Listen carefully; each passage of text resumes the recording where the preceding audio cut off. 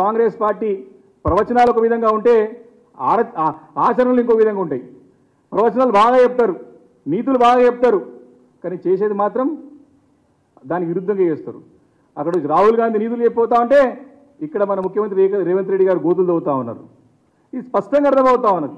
ఈ విషయమే కాదు, నరేంద్ర మోడీ గారి బడేబాయి విషయం కాడికే తీసుకుంటే, అదాని విషయం కాడికే తీసుకుంటే, గుజరాత్ మోడల్కి తీసుకుంటే, ఈరోజు పార్టీ ఫిరాయింపుల విషయం వరకు అనేక అంశాల పట్ల వారు పైన నీతులు చెప్తా ఉంటారు, వీరు ఇక్కడ గోతులు తవ్వుతూ ఉంటారు. ఈరోజు ప్రజలు ఆలోచన చేయాలి ఈ విషయం పైన. ఏం జరుగుతుంది ఇక్కడ రాష్ట్రంలో? కాంగ్రెస్ పార్టీ పేరు చెప్పుకొని అధికారంలో వచ్చిన వ్యక్తులు ఏం చేస్తున్నారు రాష్ట్రం ఇక్కడ ఇటువైపు తీసుకుపోతున్న ఒకసారి ఆలోచన చేయాలి.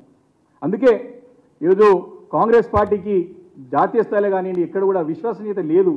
వారు ఉనికి కోల్పోయినారు. ఈరోజు సరాసరి వారి యొక్క వ్యవహార శైలి ఎట్లయిపోయిందంటే కాంగ్రెస్ పార్టీది ఒక వ్యవస్థ గల్లీ నుంచి ఢిల్లీ వరకు ఏ రకంగా ఉందంటే కన్ఫ్యూజన్ ఉన్నారు. కాంగ్రెస్ పార్టీ అంటే ఒక కన్ఫ్యూజన్ పార్టీ, కాంగ్రెస్ పార్టీ అంటే ఒక కాంట్రడిక్టరీ పార్టీ, కాంగ్రెస్ పార్టీ అంటే ఒక కరప్షన్ పార్టీ. కాబట్టి ఈ మూడు సీలు కాంగ్రెస్ అనేది ఈరోజు కన్ఫ్యూజన్లో ఉన్నది, కాంట్రడిక్షన్లో ఉన్నది, అదేవిధంగా కరప్షన్ చేస్తూ ఉన్నది స్పష్టంగా అర్థమవుతున్నది. ఈ రకంగా కాంగ్రెస్ పార్టీ యొక్క వ్యవహార శైలి స్పష్టంగా అర్థమవుతుందని చెప్పి ఈ సందర్భంగా మనవి చేస్తాం.